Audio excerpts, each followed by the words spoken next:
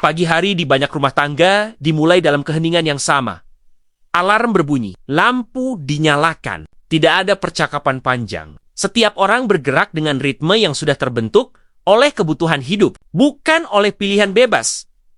Seorang ayah bangun lebih dulu. Ia duduk sejenak di tepi kasur. Tubuhnya masih terasa berat. Pekerjaan kemarin belum sepenuhnya hilang dari otot dan pikirannya. Namun hari baru tidak memberi waktu untuk pemulihan. Ia berdiri lalu menuju kamar mandi. Air dingin membasuh wajahnya. Bukan untuk menyegarkan, tapi untuk memastikan dirinya selalu terjaga. Di dapur seorang ibu mulai beraktivitas. Ia membuka lemari, melihat apa yang tersisa. Beras masih cukup untuk beberapa hari. Minyak tinggal sedikit. Lauk harus diatur agar cukup sampai akhir minggu. Tidak ada keputusan yang diambil tanpa perhitungan. Semua dilakukan dengan kesadaran bahwa pengeluaran hari ini menentukan kondisi esok hari. Anak-anak mulai bangun. Mereka bersiap ke sekolah. Seragam digantung rapi. Beberapa sudah mulai pudar warnanya, tapi masih layak pakai. Sepatu terlihat kusam, solnya menipis, namun belum rusak. Selama masih bisa dipakai, tidak akan diganti. Tidak ada keluhan yang diucapkan. Anak-anak terbiasa dengan keadaan ini. Mereka tidak membandingkan dengan kehidupan lain. Mereka hanya menjalani apa yang ada di rumah mereka. Sarapan disajikan sederhana. Tidak banyak pilihan, tapi cukup untuk mengisi perut. Makan dilakukan cepat. Jam terus berjalan.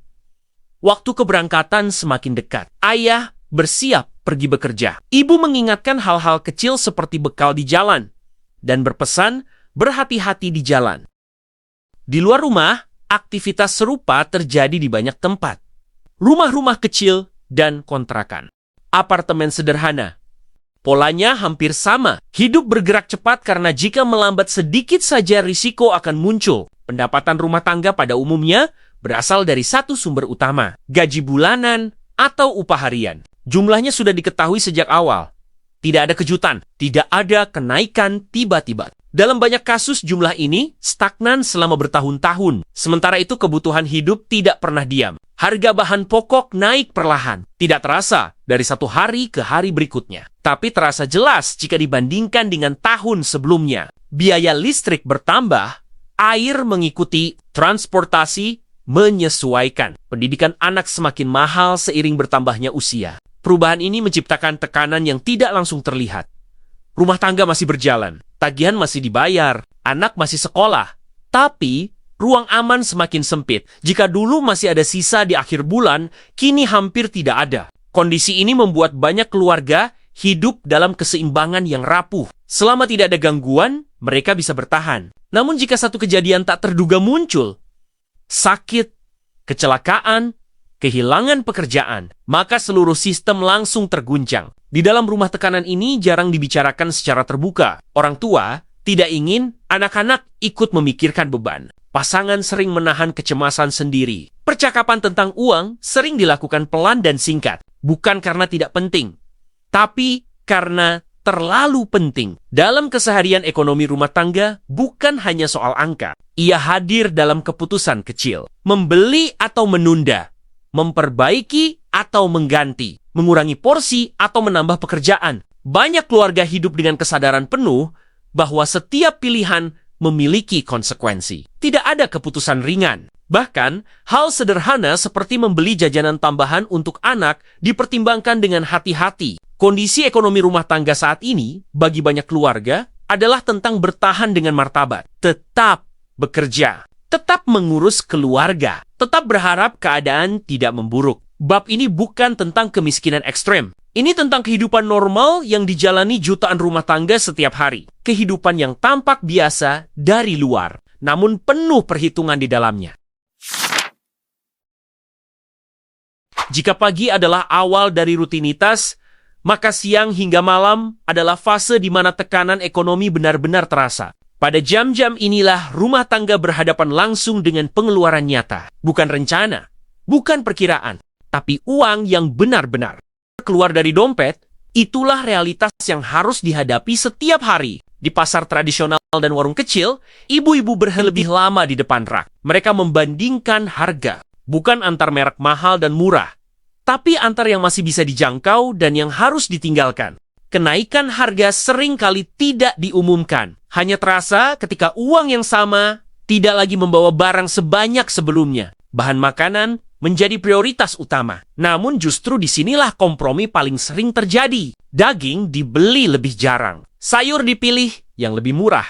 Menu diatur agar bisa diulang. Bukan karena keluarga tidak ingin makan lebih baik, tapi karena keseimbangan harus dijaga sampai akhir bulan. Di rumah kontrakan atau rumah kecil, listrik dan air menjadi perhatian khusus. Lampu dimatikan jika tidak perlu. Air digunakan seperlunya. Semua dilakukan bukan karena berlebihan dalam berhemat, tapi karena setiap kenaikan tagihan langsung berdampak pada anggaran keluarga. Tempat tinggal adalah pengeluaran terbesar kedua setelah makanan. Sewa rumah naik secara bertahap. Tidak selalu setiap tahun, tapi cukup sering untuk membuat keluarga harus menyesuaikan kembali anggaran. Banyak yang memilih bertahan di tempat lama meski kondisi kurang ideal. Pindah berarti biaya tambahan. Transportasi adalah beban yang tidak bisa dihindari. Banyak pekerja menempuh jarak jauh setiap hari. Ongkos kendaraan umum atau bahan bakar menjadi pengeluaran rutin yang besar. Namun pilihan lain hampir tidak ada. Tinggal lebih dekat berarti sewa lebih mahal. Tinggal lebih jauh berarti waktu dan tenaga terkuras. Waktu yang habis di perjalanan jarang dihitung sebagai biaya ekonomi. Namun dampaknya nyata. Kelelahan menumpuk. Waktu bersama keluarga berkurang. Kesehatan perlahan menurun. Tapi semua itu dianggap konsekuensi yang harus diterima demi kelangsungan hidup. Pendidikan anak adalah pengeluaran yang jarang dikurangi. Sekolah bukan hanya biaya bulanan. Ada seragam, buku, iuran kegiatan, transportasi, semua datang bergantian. Tidak sekaligus, tapi cukup sering untuk terus menekan anggaran rumah tangga. Banyak orang tua memilih mengurangi kebutuhan pribadi demi pendidikan anak. Pakaian baru ditunda. Kebutuhan hiburan ditiadakan. Semua diarahkan untuk memastikan anak tetap sekolah tanpa hambatan. Kesehatan menjadi titik paling rapuh dalam struktur ekonomi rumah tangga. Sakit tidak pernah direncanakan. Datangnya tiba-tiba. Biayanya besar. Banyak keluarga mencoba menunda berobat.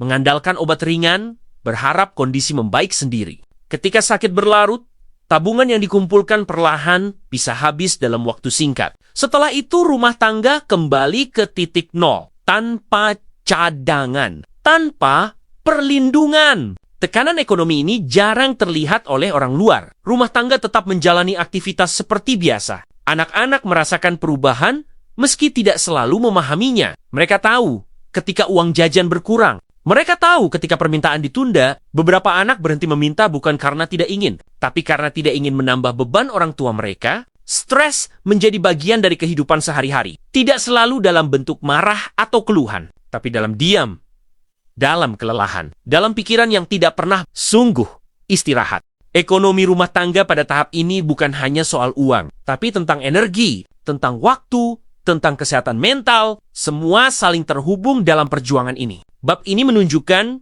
bahwa pengeluaran rumah tangga bukan sekadar daftar angka. Ia adalah rangkaian keputusan yang mempengaruhi kualitas hidup seluruh anggota keluarga. Setiap pilihan kecil membawa dampak besar dalam jangka panjang.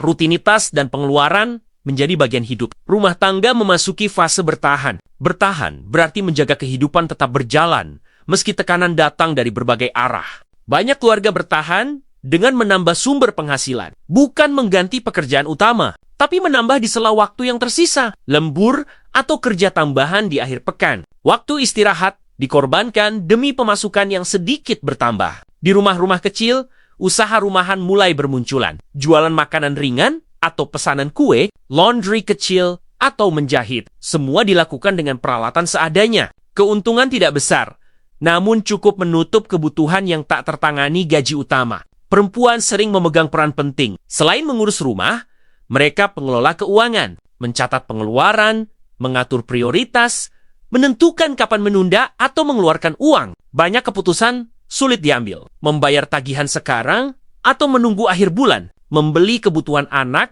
atau menyisihkan untuk berjaga-jaga, pilihan terbaik dalam kondisi terbatas. Ayah cenderung menyimpan tekanan sendiri. Jarang mengungkapkan kekhawatiran secara terbuka. Merasa bertanggung jawab menjaga kestabilan keluarga, berangkat bekerja meski tubuh lelah. Ketidakpastian menjadi bayangan yang selalu hadir. Bagaimana jika pekerjaan hilang? Bagaimana jika biaya hidup kembali naik? Bagaimana jika anak sakit? Pertanyaan-pertanyaan ini jarang diucapkan, tapi selalu ada di kepala. Tabungan menjadi hal yang sulit diwujudkan, bukan karena tidak ada niat, tapi karena tidak ada sisa. Kelebihan sering digunakan untuk kebutuhan tertunda atau disimpan sebentar, lalu habis ketika keadaan darurat muncul. Kondisi ini membuat banyak rumah tangga hidup tanpa jaring pengaman. Mereka bergantung pada kestabilan yang rapuh. Satu gangguan kecil bisa mengubah segalanya. Anak-anak tumbuh dalam situasi ini. Mereka belajar dari apa yang mereka lihat. Beberapa menjadi lebih mandiri, lebih cepat. Lingkungan ekonomi membentuk cara mereka memandang dunia. Meski demikian, harapan tetap ada. Harapan sederhana.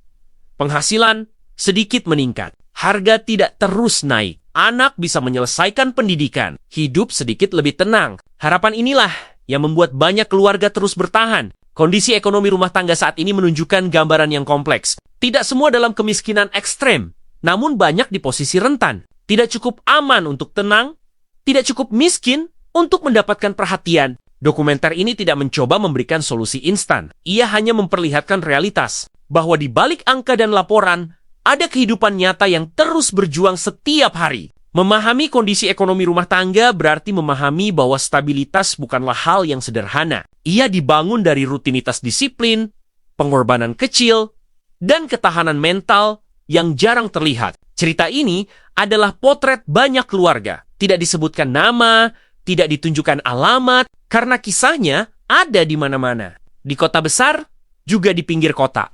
Di rumah yang setiap hari berusaha menjaga agar hidup tetap berjalan.